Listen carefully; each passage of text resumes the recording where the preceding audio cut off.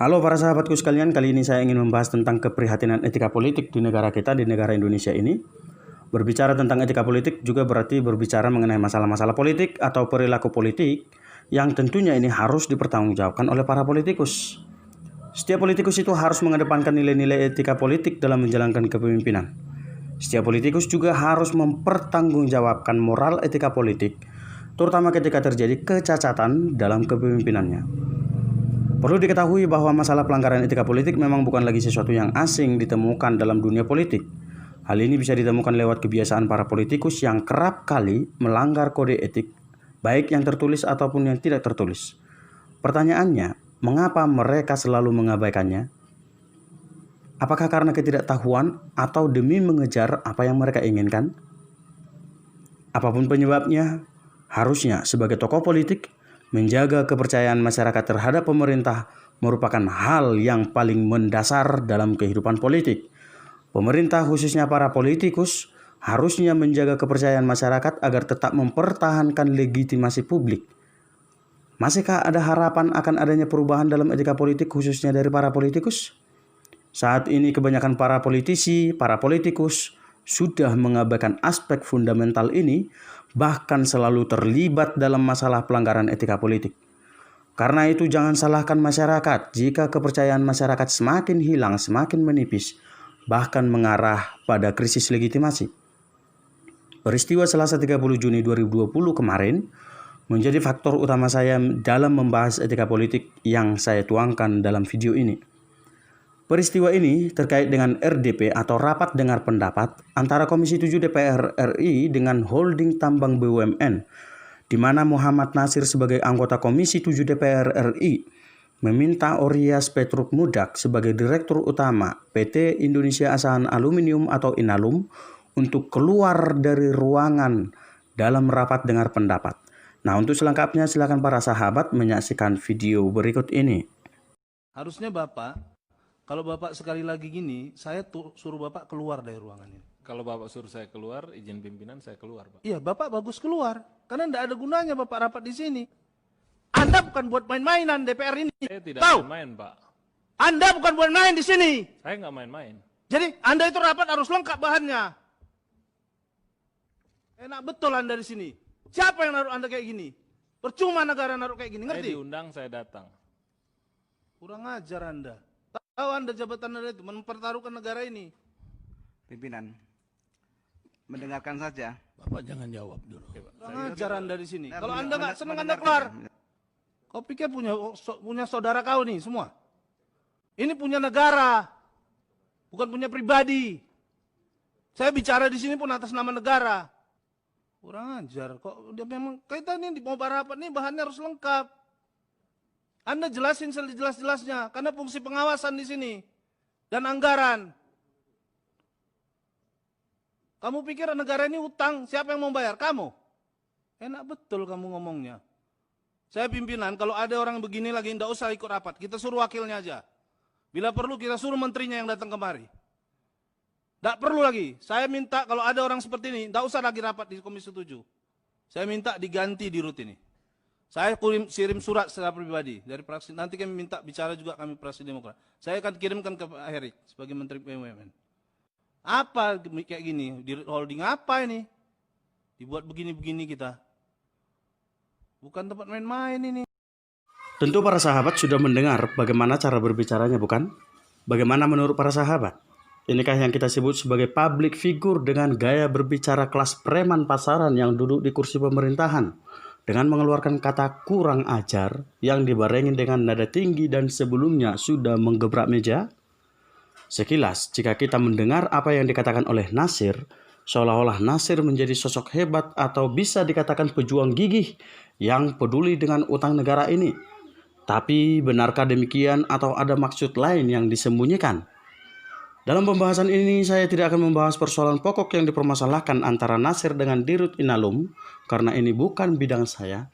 Lewat video ini saya hanya ingin menyoroti persoalan etika politik yang sudah ditunjukkan oleh Nasir khususnya lewat cara berbicaranya sebagai tokoh dalam pemerintahan negara yang kita cintai ini. Jelas tentang Muhammad Nasir, dia adalah merupakan politikus Partai Demokrat yang melenggang ke Senayan setelah sukses meraup cukup suara dari daerah pemilihan Riau yang meliputi Kabupaten Kampar, Indragiri Hilir, Indragiri Hulu, dan Kuantan Singi, serta Pelalawan.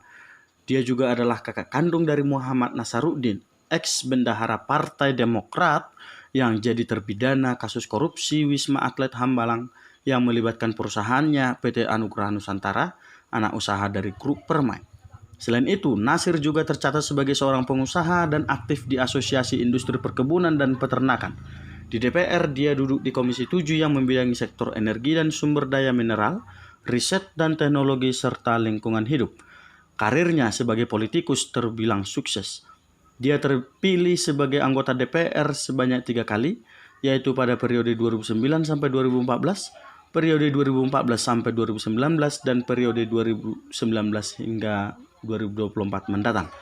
Pada periode 2009 sampai 2014, Nasir duduk di Komisi 9 yang membidangi kesehatan, tenaga kerja, dan kependudukan.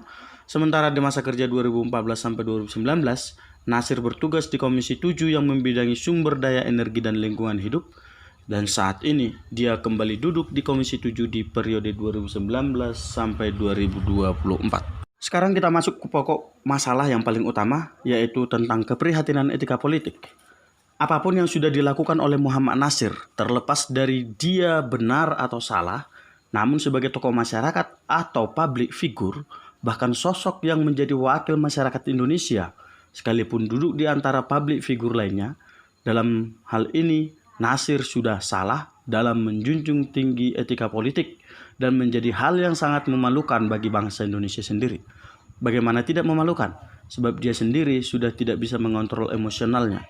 Kita tahu bahwa seorang anggota DPR itu adalah orang hebat dan pintar yang bisa mengontrol emosi. Jika tidak demikian, berarti mereka tidak ada bedanya dengan preman pasaran, bukan? Bahkan lebih konyol lagi, Nasir sebagai anggota DPR harusnya sudah paham bagaimana mengawasi pengelolaan negara, termasuk perusahaan di sektor yang bersangkutan.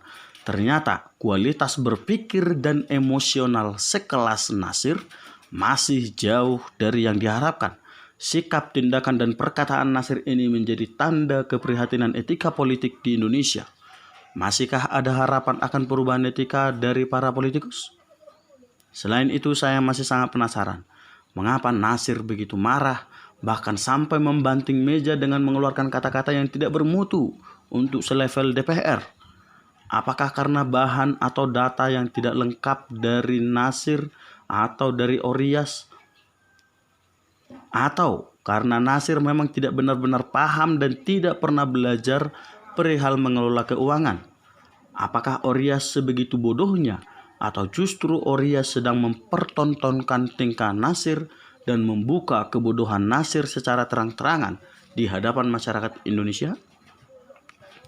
Sebagai penutup, Nasir sebagai public figure, wakil dari masyarakat Indonesia, seorang anggota terhormat, anggota DPR yang duduk di Komisi 7, ialah mereka yang mampu mengolah emosional dan intelektual. Harusnya demikian.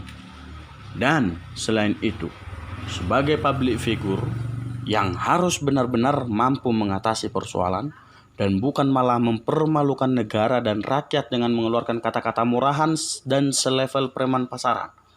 Karena itu peran partai politik sangat benar-benar dibutuhkan agar harus lebih selektif dalam memilih anggota partai yang tepat, bukan orang yang tidak tahu apa-apa. Tampaknya jika tidak tahu, jurus terakhir ialah jurus emosi untuk menutupi ketidaktahuannya selama ini. Disinilah tampak bahwa ketika akal tidak bekerja, ototlah yang berbicara. Kemudian untuk kita masyarakat Indonesia, kita harus sadar dan benar-benar paham bahwa hidup ini tidak bisa lepas dari masalah. Selalu ada masalah dalam segala hal. Namun yang paling utama ialah bahwa masalah bukan menjadikan kita tampak bodoh, melainkan bagaimana masalah menjadikan kita dewasa dalam emosional dan intelektual. Masalah membuat kita menjadi bijaksana dan itu tampak dalam kata-kata, tindakan, dan gagasan atau solusi terhadap masalah yang ada. Tanda masyarakat yang berpendidikan ialah tidak mudah terbawa emosi, tidak mengandalkan otot, apalagi massa dan kekerasan lainnya. Jika seseorang masih mudah terbawa emosional, itu menjadi pertanda rendahnya kualitas hidup, rendahnya kualitas berpikir, rendahnya kualitas emosional. Kualitas hidup yang dimaksud ialah pemikiran, intelektual, hati nurani, moral, dan tindakan. Tentu saya mengatakan hal ini bukan berarti saya sudah orang hebat dan pintar dalam menghadapi masalah dan menyelesaikan masalah. Namun setidaknya saya berusaha untuk terus-menerus mau belajar agar saya mengerti. Bukan kemudian sudah bodoh, tapi sok tahu pula. Lalu salahkan di sana sini, salahkan di sini, tuding sana, tuding sini. Yang akhirnya bukan kelihatan hebat dan pintar atau sok pahlawan, tapi semakin mempertontonkan kebodohan yang hakiki. Salam, The Truth Finder.